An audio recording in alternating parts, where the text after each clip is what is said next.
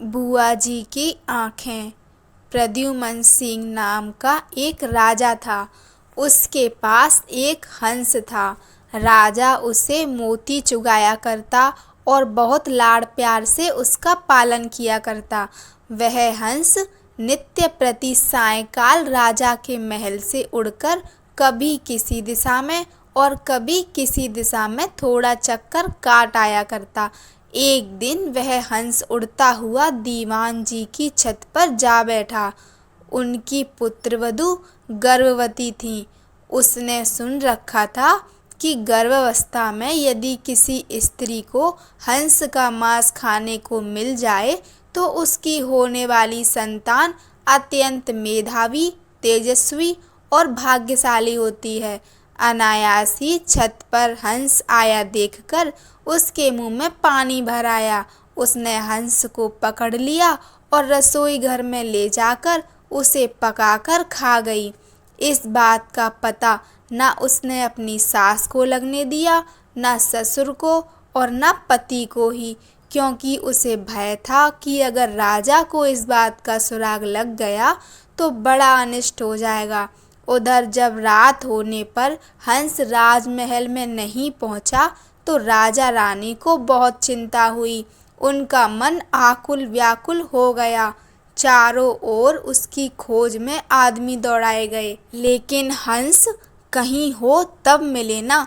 राजा ने अड़ोस पड़ोस के शहरों कस्बों में भी सूचना कराई कि अगर कोई हंस का पता लगा सके तो राज्य की ओर से उसे बहुत बड़ा पुरस्कार दिया जाएगा। 10-20 दिन निकल गए, कुछ भी पता नहीं लग सका। चूंकि वह हंस राजा और रानी को बहुत प्रिय था, अतः वे उदास रहने लगे। एक दिन एक कुटनी राजा के पास आई और बोली कि वह हंस का पता लगा सकती है, लेकिन उसे थोड़ा सा समय चाहिए। राजा ने कहा, मेरे राज्य के पंडित, ज्योतिषी और मेरे इतने सारे गुप्तचरों में कोई भी पता नहीं लगा सका। तुम कैसे लगा सकोगी? कुटनी ने कहा, मुझे अपनी योग्यता पर विश्वास है।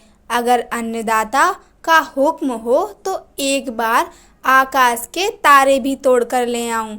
आप मुझे थोड़ा सा समय दीजिए और आवश्यक धन दे दीजिए, उसे वापस ला सकूं या नहीं, लेकिन मैं आपको विश्वास दिलाती हूं कि उसका अता पता अवश्य ले आऊंगी। राजा ने स्वीकार कर लिया और कुटनी अपने उद्देश्य की सिद्धि के लिए चल पड़ी। सबसे पहले कुटनी ने यह पता लगाया कि शहर के धनिक घरों में कौन कौन स्त्री गर्भवती हैं।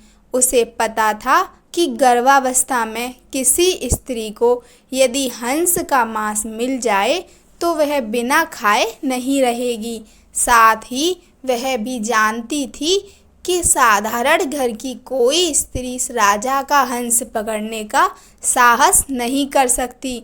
खोजते खोजते उसे पता लगा कि दीवान की पुत्रवधू गर्भवती है। अतः उसके मन में संदेह हो गया कि हो सकता है राजा का हंस उड़ते उड़ते किसी दिन इनके घर की छत पर आ गया हो और गर्भावस्था में होने के कारण लोभवश यह स्त्री उसे खा गई हो। कुटनी ने सोचा, किसी भी स्त्री के साथ निकटस्थ मैत्री करने के लिए उसके पीहर के हाल चाल जानना आवश्यक है। इसलिए कुटनी उसके पीहर के गांव पहुंची। वहां जाकर उसने पीहर वाले सारे लोगों के नाम धाम तथा उनके घर में बीती हुई खास खास पुरानी घटनाओं की जानकारी ली। उसे पता लगा कि दीवान जी की पुत्रवधू की बुआ छोटी उम्र में ही किसी साधु के साथ चली गई थी और आज तक लौटकर नहीं आई है। उसने सोचा, अब दीवान जी के घर जाकर उनकी पुत्रवधू की बुआ बनकर भेद लेने का अच्छा अस्त्र अपने हाथ आ गया। वह दीवान जी के घर गई। उनकी पुत्रवधू के साथ बहुत स्नेह ममत्व की बात करने लगी और बोली, बेटी मैं तेरी बुआ हूँ, हम दोनों आज पहली बार मिली हैं। तुम जानती ही हो कि मैं तो बहुत पहले घर छोड़कर एक साधु के साथ चली गई थी।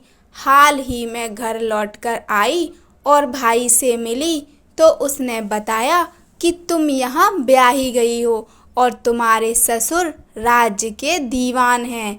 यह जानकर मन में तुमसे मिलने की बहुत उत्कंठा हुई तो यहाँ चली आई।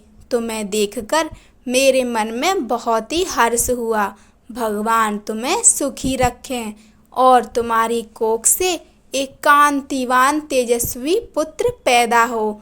मैं परसों वापस जा रही हूँ और तुम्हारे लड़का होने के बाद भाई भाभी को साथ लेकर बच्चों को देखने और उसका लाड़ चाव करने यहाँ आऊँगी। दीवान की पुत्रवधू ने अपने भोलपन के कारण उसकी बातों का विश्वास कर लिया और बोली, बुआ जी आप आई हैं तो 10-20 दिन तो यहाँ रहिए, जाने की इतनी जल्दी भी क्या पड़ी है। बुआ बनी हुई कुटनी को और क्या चाहिए था, उसने वहाँ रहना स्वीकार कर लिया। थोड़े ही दिनों में बुआ भतीजी खूब हिल मिल गईं। एक दिन बातों ही बातों में बुआ जी ने कहा, बेटी गर्भावस्था में किसी स्त्री को अगर हंस का मांस खाने को मिल जाए तो बहुत अच्छा परिणाम निकलता है। उसके प्रभाव से होने वाली संतान बहुत ही तेजस्वी और कांतिवान होती है, किंतु हंस तो मानसरोवर छोड़कर और कहीं होते नहीं। इसलिए यह काम पार पड़े तो कैसे पड़े। यह सुनकर उसने अपने हंस खाने की बात बुआ जी को सहज भाव से बता दी। सुनकर बुआ ने कहा, बेटी यह अचरज की बात है कि तुम्हारे यहाँ राजा के पास हंस था। तुमने जो कुछ किया वह बहुत अच्छा किया, किंतु तुम्हें किसी के सामने इस घटना का जिक्र नहीं करना चाहिए। मेरे सामने भी नहीं करना था, लेकिन खैर मुझसे कही हुई बात तो कहीं जाने वाली नहीं है, इसलिए जिक्र कर दिया तो भी कोई बात नहीं। कुछ दिन और बीत गए, तब कुटनी ने कहा, बेटी अगर भगवान के सामने तुम हंस खाने की बात स्वीकार कर लो तो हंस की हत्या का पाप तो सिर से उतर ही जाएगा, शुभ परिणाम भी द्विगुणित होगा। मंदिर के पुजारी से कहकर मैं ऐसी व्यवस्था कर दूंगी कि जिस वक्त वहां तुम सारी घटना बताकर अपराध स्वीकार करो उस वक्त पुजारी भी वहां नहीं रहें तथा और भी कोई ना रहे, हम दो ही रहेंगी। उसने ऐसा करना स्वीकार कर लिया। कुटनी लुक छिपकर राजा के पास पहुंची और बोली, आपसे वादा किया था उसके अनुसार हंस का अता पता लगा लाई हूँ। ऐसा कहकर उसने सारी घटना राजा को बताई। राजा ने कहा, इसका प्रमाण क्या है। वह बोली, फलाना दिन आप मंदिर में आ जाएं और हंस खाने वाली स्त्री की स्वीकारोक्ति स्वयं अपने कानों से सुन लें। राजा ने ऐसा करने की हाँ भर दी। नियत दिन समय से कुछ पहले पूर्व योजना के अनुसार कुटनी ने राजा को एक जरा ऊंचे स्थान पर रखे हुए एक बड़े से ढोल में छिपा दिया और बुआ भतीजी मंदिर पहुंची। मंदिर का पट खुला हुआ था।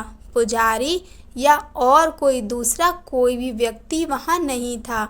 अब बुआ जी ने शुरू किया, हाँ तो बेटी क्या बात हुई थी उस दिन। दीवान की पुत्रवधू ने घटना आरंभ की। वह थोड़ी सी घटना ही कह पाई थी कि कुटनी ने सोचा राजा ध्यान पूर्वक सुन तो रहा है ना, इसलिए वह ढोल की तरफ इशारा करके बोली, ढोल रे ढोल सुन रे बहू का बोल। उसका इतना कहना था कि भतीजी का माथा ठनका। उसे वहम हो गया कि हो ना हो दाल में कुछ काला है। मालूम होता है मैं तो ठगी गई हूँ। वह चुप हो गई। बुआ बोली, हाँ तो बेटी आगे क्या हुआ? इस पर भतीजी बोली, उसके बाद तो बुआ जी मेरी आँख खुल गई, सपना टूट गया। ज्यों ही भतीजी की आँख खुली त्यों ही बुआ जी की आँखें भी खुली की खुली रह गईं। उसके पाँव तो भतीजी से भी भारी हो गए और उसके लिए उठकर खड़े होना भी मुश्किल हो गया। कहानी अच्छी लगी हो तो लाइक कीजिए, चैनल को सब्सक्राइब कीजिए। धन्यवाद। जय श्री राम।